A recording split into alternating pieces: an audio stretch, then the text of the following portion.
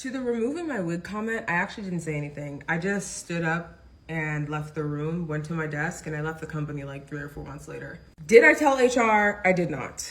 This same chief administrative officer that I was mentioning in my other video that I said I actually did like her for her career tips and stuff, she was in the room and she didn't actually say anything. And it's because she was friends with my actual boss, who was the director of regulatory.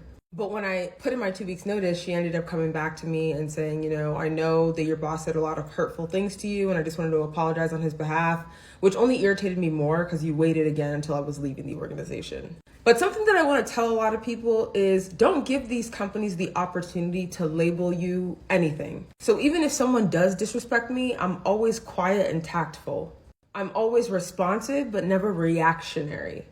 You have to remember when you go to a new job that they often will call your previous employer. So you still want to make sure that you are calm, composed, and collected so that there's no opportunity for them to say anything negative about you. It's funny because this same boss, he would just say things that were just so rude and deeply rooted in racism.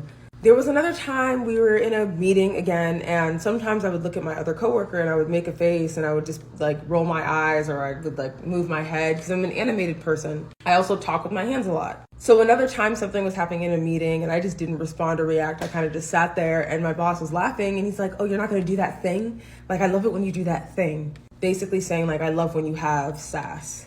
I didn't say anything. I kind of just sat there and looked at him.